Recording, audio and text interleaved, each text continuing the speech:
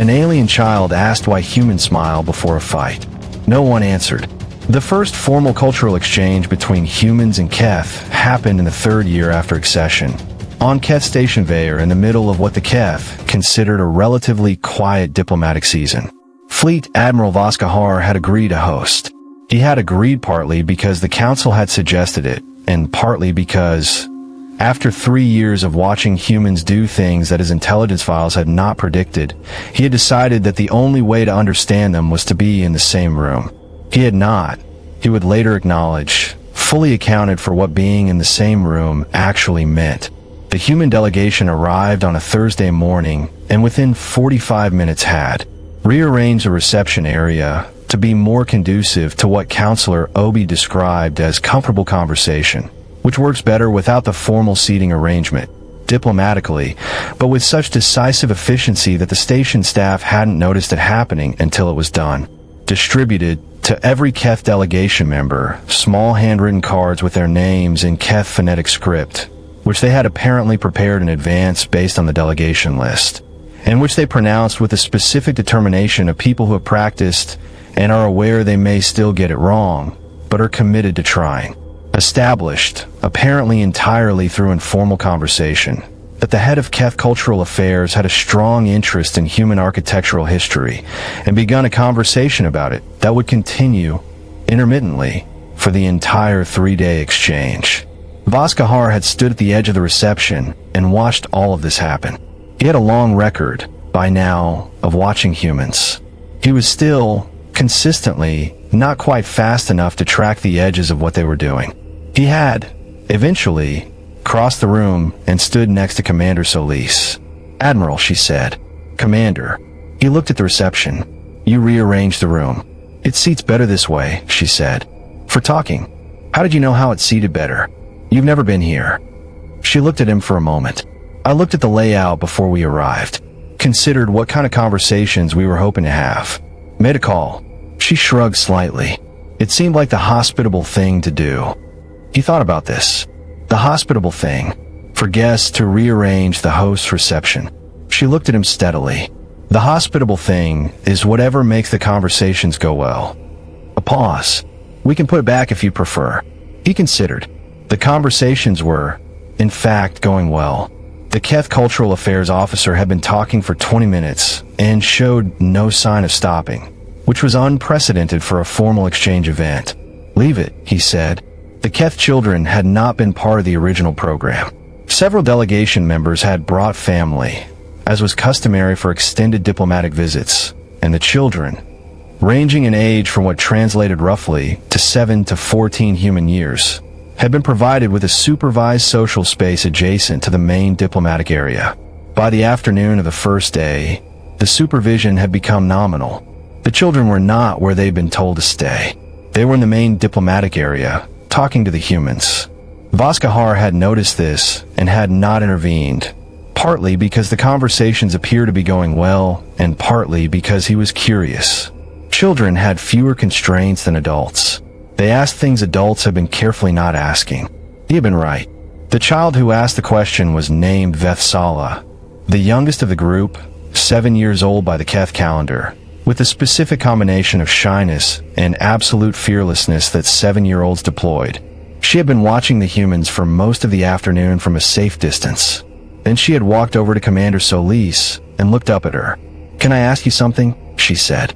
Her translator was the children's educational model, which rendered her Keth in a slightly higher pitch than the adult translators. "Please," Solis said. She had crouched slightly, which put her at the child's eye level. Voskahar noted this as typical. "Why do your people smile when you are afraid?" The room did not go entirely quiet. There were 12 separate conversations happening, but the quality of the quiet near Commander Solis changed. Several adults within earshot had heard the question and were, with impressive discipline, not looking over. Solis looked at the child for a long moment. "We don't smile because we're afraid," she said. "We smile because we've decided." Velthara processed this. Her translator went through 3 passes. "Decided what?" she asked. Yara smiled. Velthara immediately went to stand behind her parent. The 3-day exchange moved between formal sessions and informal time, with the specific oscillation of diplomatic events designed by humans, which meant that the informal time was, if anything, more substantive than the formal sessions. The formal sessions covered cultural heritage documentation protocols, xenocultural research ethics, proposed academic exchange programs, preliminary discussions on shared governance questions. They were productive. They were also, Voskahar noted, not where the important things happened. The important things happened in corridors and over meals and in the margins of every formal event. He had read Ambassador Dara's report 3 times. He was watching for exactly what she had described, and he was finding it in every interaction. On the first evening, the humans organized what they called a shared meal, which turned out to mean they cooked. This was not on the original program. They had apparently arranged access to the station's kitchen facility during the afternoon and had prepared food from human recipes, adapted for Keth dietary requirements, using ingredients they had brought themselves. The cultural affairs officer who had been talking about human architecture for 20 minutes at the reception had been talking for 3 hours by dinner. She appeared to be having the best time she'd had in years.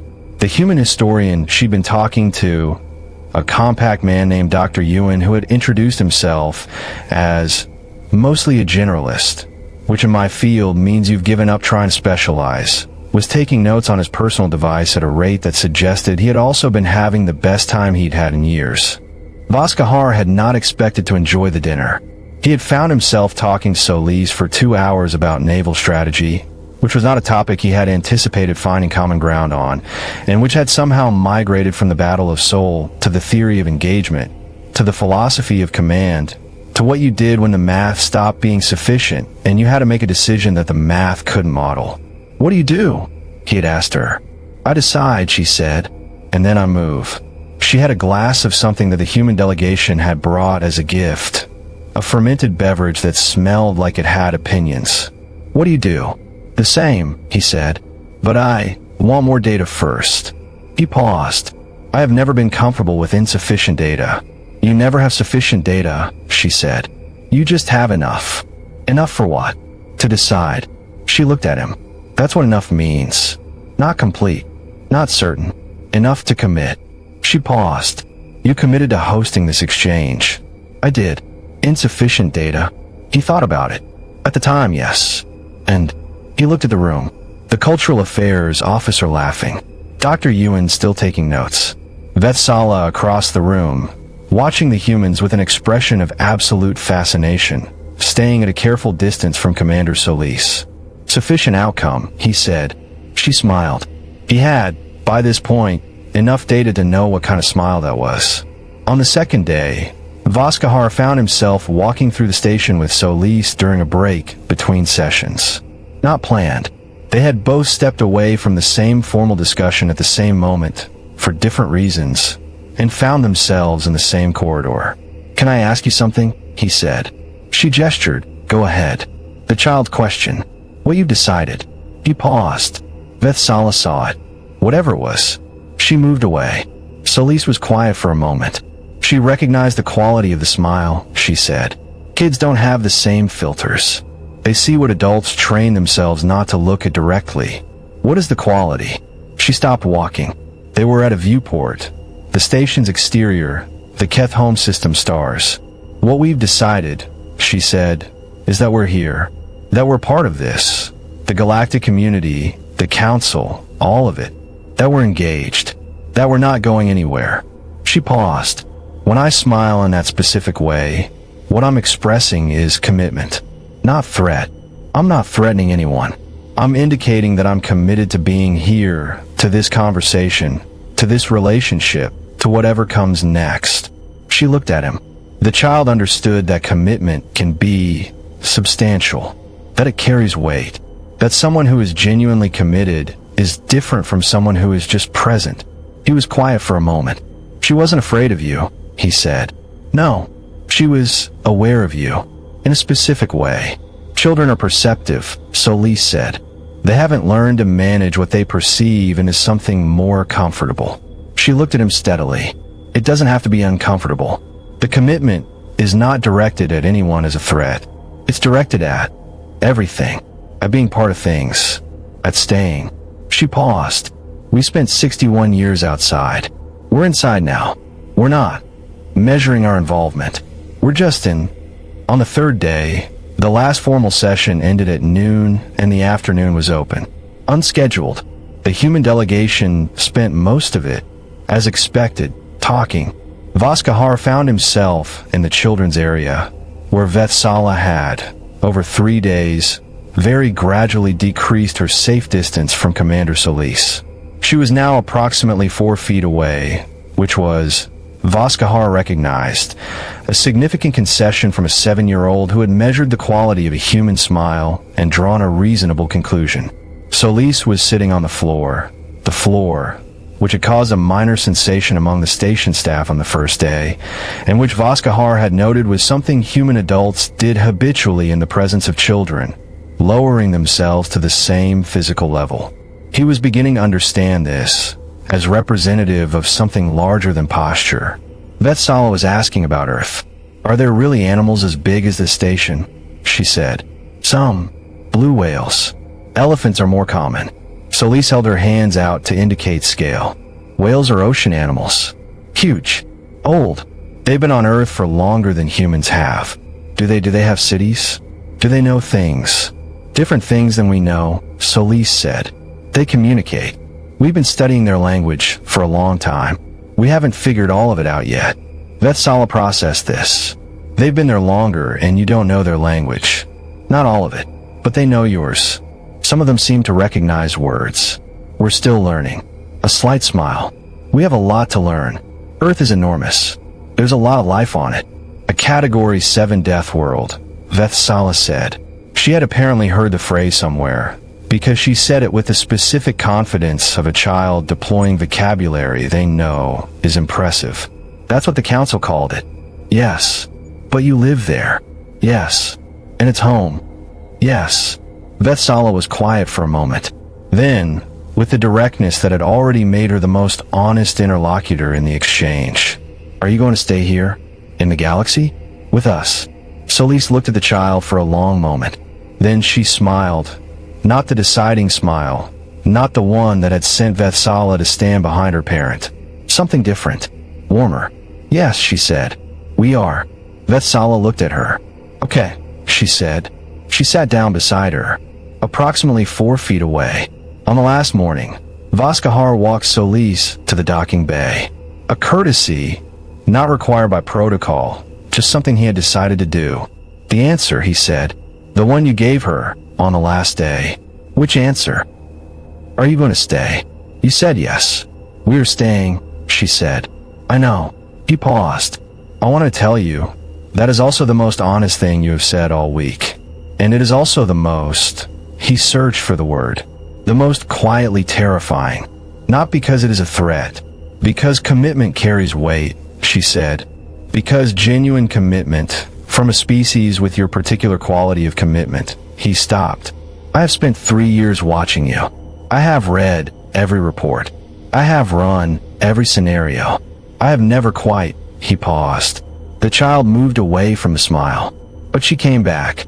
She sat with you on the last day. She did, Solis said. That is exactly the correct response, he said. And I'm still determining whether that makes it more or less alarming. She smiled. The warm one, not the deciding one. He laughed, which was also something he had not predicted. Safe travels, Commander, he said. Safe travels, Admiral. She paused at the docking ring. Bring the children next time. They're the most honest people in any room. He watched the shuttle close. He stood in the docking bay for a while. He thought about 3 years of analysis and a 7-year-old who had asked the question directly and been answered directly, and then sat 4 feet away for an afternoon. He thought, this is what engagement looks like. Not managed. Not at distance. Present. Committed. Sitting on the floor. He wrote in his personal log that evening, which was not a thing he usually did. Asterisk. I have been afraid of the wrong thing. I have been afraid of what they might do. I should have been afraid of how right they might be about what being part of something looks like. Asterisk. Asterisk, the child was afraid for 1 day. Then she sat beside her. Asterisk. I think I understand now what we are in for. I find I don't mind.